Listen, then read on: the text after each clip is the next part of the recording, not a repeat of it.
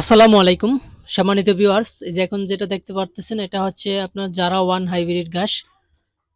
তো এই Zara one hybrid ঘাসটা কি কারণে চাষ করবেন, কেন চাষ করবেন সেসব নিয়ে আজকে আলোচনা করব। যারা বিশেষ করে গরু পালন করেন, আপনার ষাঁড় গরু অথবা গাভী গরু, যে গরুই পালন করেন না কেন আপনাকে কিন্তু পর্যাপ্ত পরিমাণ ঘাস দিতে হবে। তো সেই ঘাসটা যোগান দিতে পারেন আপনার এই জারা ওয়ান হাইব্রিড ঘাস অথবা তাইওয়ান হাইব্রিড ঘাস, এই দুইটা ঘাসের মাধ্যমে। তো এগুলা কিন্তু অনেক জোপালো এবং অনেক পরিমাণ ঘাস হয়ে থাকে, যারা ঘাসটা বাংলাদেশের জাতীয় ঘাসও বলা হয়ে থাকে। তো আপনারা এই ঘাসগুলো চাষ করতে পারেন। এগুলা দেখুন কাটা হচ্ছে গরুর জন্য। তো এগুলা গরুকে মেশিন দিয়ে গুঁড়া করে তারপরে খাওয়ানো হয়। তো আপনারা চাইলে এসব ঘাস মেশিন ছাড়াও খাওয়াতে পারবেন। আর আরেকটা জিনিস, আজকে গুয়াতেমালা ঘাস খেতে আসলাম, যারা ক্ষেতের পাশে গুয়াতেমালা ঘাস। আপনারা দেখছেন কিছুদিন আগে আমি গুয়াতেমালা ঘাসটা রোপণ করেছিলাম, সেটা কিরকম হয়েছে সেটার একটু আপডেট দেব।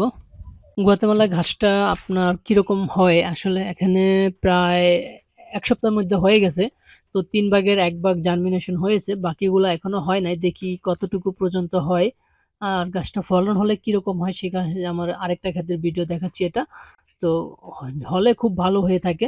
গরু ছাগলকে খুব সহজে খাওয়ানো যায়। কিন্তু এটা জার্মিনেশন কাটিংটা একটু কম হয়ে থাকে। আর চারাটা লাগালে জার্মিনেশনটা ভালো হয়। আমাদের কাছে চারা এবং কাটিং গতমালার দোনোটাই আছে।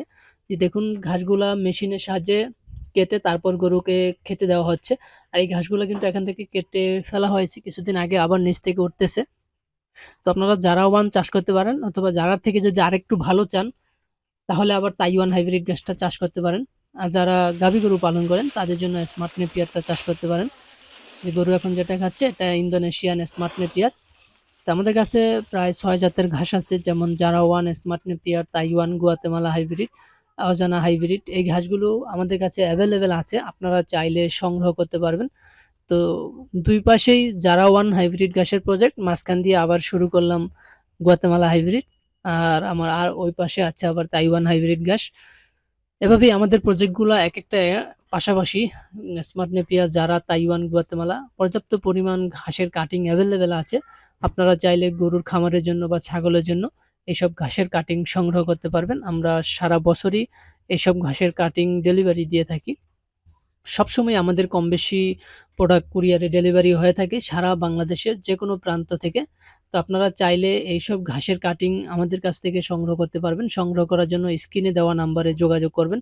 তাহলে কুরিয়ারের মাধ্যমে আমরা সারা বাংলাদেশেই এইসব ঘাসের কাটিং ডেলিভারি দিতে পারবো।